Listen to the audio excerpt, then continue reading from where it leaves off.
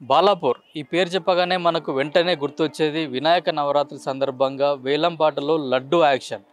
ఎందుకంటే ఇక్కడ లడ్డు చాలా రేటు, అంటే దాదాపు లాస్ట్ ఇయర్ అయితే ఒక 30 లక్షలకు పైగా లడ్డు వేలంలో దక్కించుకున్నారు. బాలాపూర్ పేరు చెప్పగానే ఇక లడ్డు వేలం పాటనే గుర్తొస్తుంది. దాంతో పాటుగా వినాయకుడిని నవరాత్రుల సందర్భంగా డిఫరెంట్ సెట్టింగ్లతో కూడా ఇక్కడ చేస్తూ ఉంటారు బాలాపూర్ ఉత్సవ సమితి వాళ్ళు. అయితే ఈ సంవత్సరం కూడా ఒక డిఫరెంట్ సెట్టింగ్ అయితే వీళ్ళు ఏర్పాటు చేశారు. అదేందో ఇప్పుడు చూద్దాం.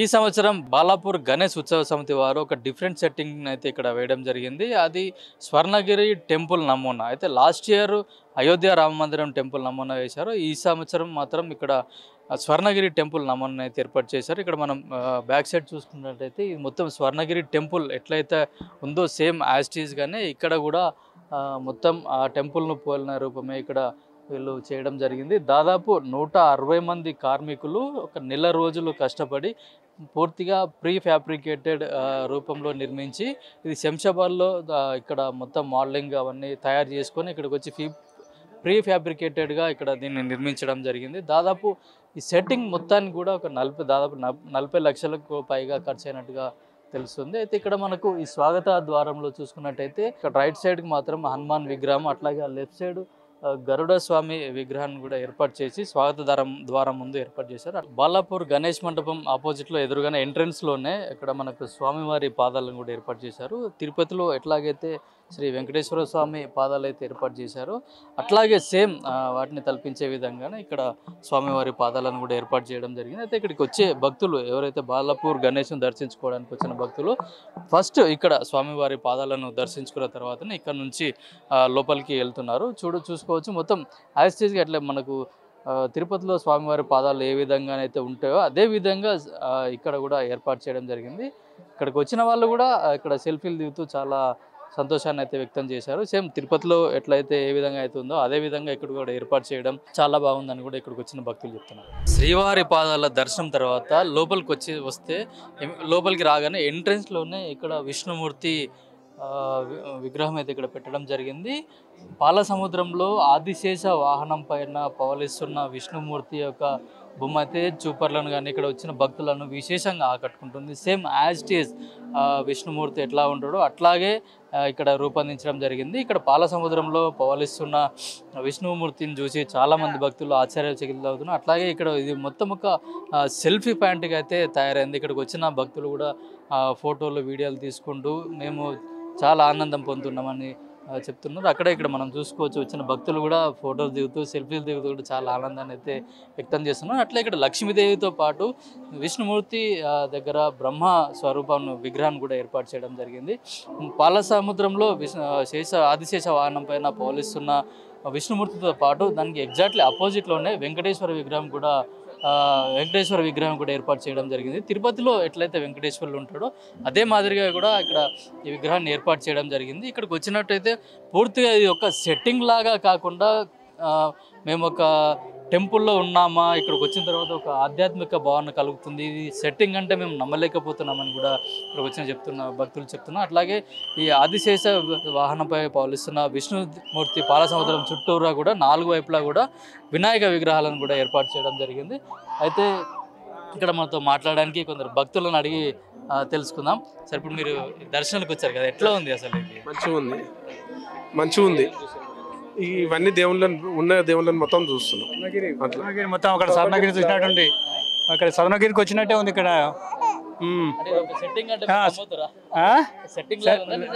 నిజంగా అట్లా కొడుతుంది, అట్లా నిజంగా కొడుతుంది. మొత్తం వేలాది మంది, లక్షల మంది పబ్లిక్ సోనియాగా వస్తున్నారు. ప్రత్యేకంగా ఉంది, చాలా బాగా ఉంది, మస్తుగా ఉన్నది.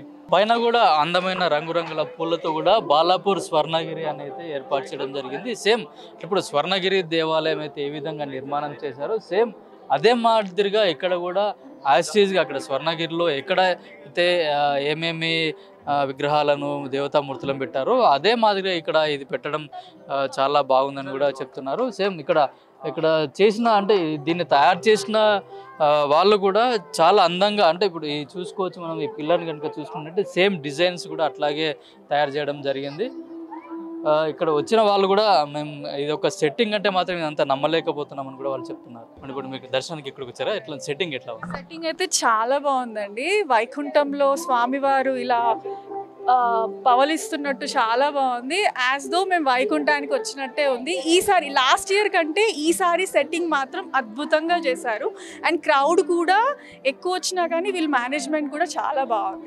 ఎక్కడ నుంచి వస్తున్నారు? మేము హైదరాబాద్ నుంచే వస్తున్నామండి. ప్రతి సంవత్సరం ఇక్కడికి వస్తున్నాం. ప్రతి సంవత్సరం వస్తూ ఉంటాము. ప్రతి సంవత్సరం ఏదో ఒక థీమ్తో అయితే వీళ్ళు బాగా డెకరేట్ చేస్తారు. ఎందుకంటే బాలాపూర్ గణేష్కి అసలు ప్రత్యేకత మనం స్పెషల్గా చెప్పనక్కర్లేదు. ఇంకా ఆ ప్రత్యేకతను యాడ్ చేసుకుంటూ స్వామివారికి చాలా బాగా డెకరేట్ చేస్తున్నారు. చాలా చాలా బాగుందండి. అసలు కళ్ళకి విందుగా చక్కగా ఒక ఫీస్ట్ లాగా ఏదో తిరుపతి వెళ్ళిన వైబ్స్ లాగా ఉన్నాయి మాకు అసలు. సో చాలా బాగుందండి, చాలా బాగా డెవలప్ చేస్తున్నారు. ప్రతి ఇయర్ చక్కగా ఏదో ఒక థీమ్తో కొత్తగా తీసుకొస్తున్నారు. Thank you. అంటే ఇట్లా చూపించడం వల్ల ఏమవుతుంది అంటే జనాలందరికీ కొత్తగా అంటే ఇట్లా సెట్ చేయడం ఇది ఈ దేవుడి మీద ఉన్న ఇంట్రెస్ట్ ఇంకా పెరుగుతుంది. సో దానివల్ల ఇలా చూస్తే చాలా బాగా అనిపిస్తుంది. ఎవ్రీ ఇయర్ ఇలా కొత్త కొత్త థాట్స్ ఇంకా బాగా చేయాలని కోరుకుంటున్నాం. బాలాపూర్లో భారీ గణనాన్ని అయితే ఏర్పాటు చేయడం జరిగింది. ఇక్కడ మన బ్యాక్ సైడ్ కనిపిస్తుంది వినాయకుడు. ఈ గణేష్ మూర్తి 23 అడుగుల ఎత్తులో ఈ గణేష్ మూర్తిని అయితే ఏర్పాటు చేయడం జరిగింది. స్వర్ణగిరి టెంపుల్ మొత్తం సెట్టింగ్ లోపల ఇక్కడ వినాయకుడిని ఏర్పాటు చేయడం జరిగింది. వినాయకుడికి ఒక ప్రత్యేకత కూడా ఇక్కడ ఉంది. ఎందుకంటే చెవులు మూవింగ్ అవుతున్నాయి, కదిలే చెవులను కూడా ఇప్పుడు ఇక్కడ ఏర్పాటు చేయడంతో ఇది ఒక ప్రత్యేకతను అయితే సంతరించుకున్నది. మొత్తం 23 అడుగుల ఎత్తులో వినాయకుడిని ఏర్పాటు చేయడం జరిగింది. అయితే కిరీటం అంటే పై భాగంలో శంకరుడిని ఏర్పాటు చేయడం జరిగింది. 2 చేతులలో కూడా ఆయుధాలలో ధరించిన వినాయకుడిగా ఏర్పాటు చేయడం జరిగింది. అక్కడ లెఫ్ట్ సైడ్లో ఉంది అయితే లడ్డు ఉందో అదే లడ్డును యాక్షన్లో వేలం వేయడం జరుగుతుంది. నవరాత్రులు పూర్తయిన తర్వాత చివరి రోజు అంటే నిమజ్జనం చివరి రోజున ఆ లడ్డును వేలం వేయడం జరుగుతుంది. ఆ వేలం కొన్ని లక్షల్లో పలుకుతుంది వేలం పట్ల. లాస్ట్ ఇయర్ అయితే 30 లక్షల పైగా కొలన్ శంకర్ రెడ్డి వాళ్ళు లడ్డూను అయితే యాక్షన్లో కొనడం జరిగింది. అయితే ఈసారి కూడా ఎంతగా జరుగుతుందనేది మొత్తం భక్తులు అయితే చర్చనీయాంశంగా మారుతుంది. అయితే కింద చూసుకున్నట్టయితే సింహాసనం ప్రాంతంలో ఒక సింహాన్ని కూడా ఏర్పాటు చేయడం జరిగింది. చాలామంది భక్తులు ఇక్కడికి వచ్చి దర్శనం చేసుకోవడం జరుగుతుంది.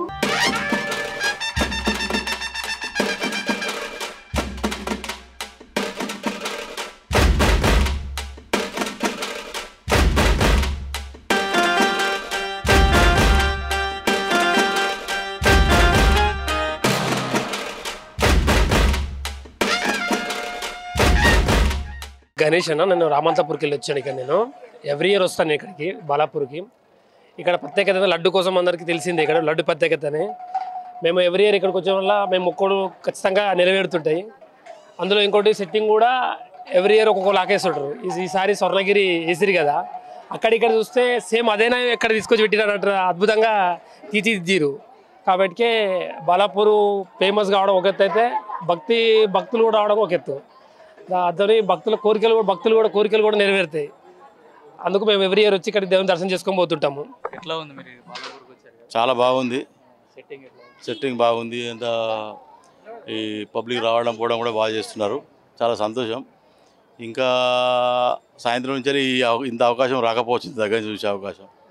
మేము అనుకోకుండా వరంగల్ నుంచి వచ్చాము, చాలా సంతోషం, చాలా హ్యాపీ.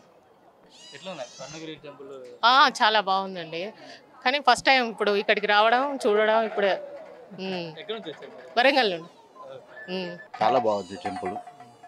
ప్రతిసారి అయితే ఇక్కడ రావడం, వచ్చిన వాళ్ళకి లడ్డు తీసుకోవడం కూడా చాలా మంచిగా అనిపించి అందరూ లాస్ట్ ఇయర్ 30 లక్షలు పోయింది. ఇప్పుడు ఎంత అవుతుంది అనుకుంటున్నావు? 30 అంటే ఇక తీసుకుంటారు కూడా 40 కూడా పోవచ్చు అట్లా. స్వర్ణగిరి టెంపుల్ సెట్టింగ్ చేశారు, చాలా బాగుంది. సో సేమ్ అట్లనే అదే మంచిగా అనిపిస్తుంది. బాగుంది బ్రో సెట్టింగ్ మొత్తం. అట్లా స్వర్ణగిరి టెంపుల్ సెట్టింగ్ చేసి అంటే ఎక్కడి నుంచి వచ్చారు? నా పేరు సునీల్, నేను వచ్చిన మమ్మనూరు నుంచి. ఇది సేమ్ ఎలా ఉంది అంటే టెంపుల్ మొత్తం స్వర్ణగిరి లెక్క ఉంది, బాగుంది టెంపుల్. నేను స్వర్ణగిరి వెళ్ళే కదా ఫోన్లో చూసిన, కానీ ఇటు బాగుంది సేమ్ స్వర్ణగిరి లెక్కనే. ఇటు చూసిన తర్వాత స్వర్ణగిరి కూడా పోకుండా కూడా ఇటు చూసినట్టు బాగుంది. దర్శనం బాగానే అయింది. గణేశుడు మస్తు ఉన్నాడు, చెవులు ఇట్లా బాగానే ఊగుతున్నాయి. ఇంకా అంతే మంచిగా ఉండే, ఎంట్రన్స్ మంచిగా ఉండే. స్వర్ణగిరి సెట్టింగ్స్ బాగానే ఉండే, మంచిగా ఉండే. ఇప్పుడు మేము వచ్చేసి ఇక్కడ బాలాపూర్ గణేష్ దగ్గర ఉన్నాము. బాలాపూర్ గణేష్ అనేది నేను ఫస్ట్ టైం ఇప్పుడు చూడడం నా లైఫ్లో. ఇది సేమ్ స్వర్ణగిరి టెంపుల్ ఎట్లుంటుందో సేమ్ అలానే ఉంది. సేమ్ సెటప్ స్వర్ణగిరి, మనం స్వర్ణగిరి టెంపుల్ చూసినట్టే ఉంటుంది సేమ్ యాస్టీస్. ఇంత హైలైట్ ఉంటుందని నా లైఫ్లో అనుకోలేదు. నాకైతే మస్తు అనిపించింది. లోపల దర్శనం అవన్నీ వాళ్ళు మంచిగా చూసుకుంటున్నారు. మనకేం కావాలన్నా వాళ్ళు సపోర్ట్ చేసి బయట పంపిస్తున్నారు. దర్శనం కరెక్ట్ చేసేటట్టు చేస్తున్నారు. గణేష్ మాత్రం మస్తు ఉంది, ఎగ్దాం ఉంది, మస్తు ఉంది, అదిరిపోయింది. నాకైతే ఈ సెటప్ మస్తు నచ్చింది.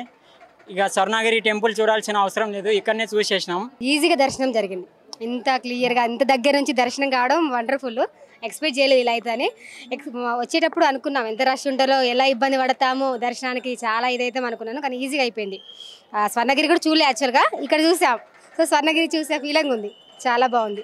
సేమ్ స్వర్ణగిరి టైపే ఉంది. మేము వెళ్ళినాం, ఒకటేసారి వెళ్ళినాం, ఇంకోసారి వెళ్ళినట్టు అనిపిస్తుంది. దీన్ని చూస్తే వితిన్ 2 minutesలో అయిపోయింది మా దర్శనం.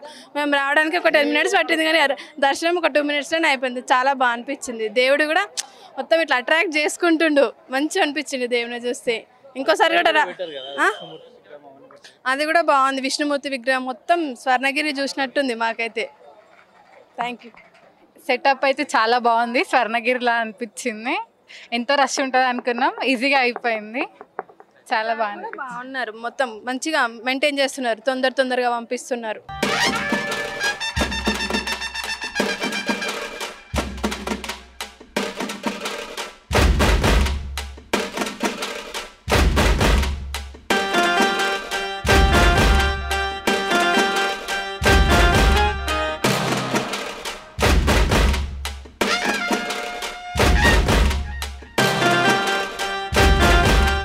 గణేష్ నవరాత్రుల ముగింపు రోజున బాలాపూర్ లడ్డు యాక్షన్ వేస్తారు.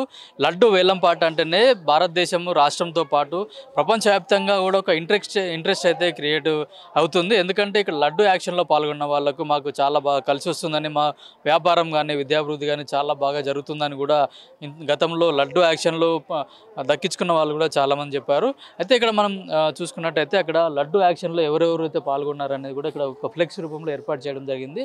ఫస్ట్ లడ్డు యాక్షన్ 1994లో 450 రూపాయలకు కొలన్ మోహన్ రెడ్డి అనే వ్యక్తి 450 రూపాయలకు యాక్షన్లో లడ్డూని దక్కించుకున్నారు. అట్లే వస్తూ పెరుగుతూ నెక్స్ట్ ఇయర్ 4500, తర్వాత 18,000 ఇట్లా పెరుగుతూ వస్తూ లాస్ట్ ఇయర్ అంటే 2024లో ఈ లడ్డు వేలం 30,01,000కి అయితే కొలన్ శంకర్ రెడ్డి అనే బీజేపీ నాయకుడు అయితే ఈ లడ్డూను యాక్షన్లో దక్కించుకున్నారు.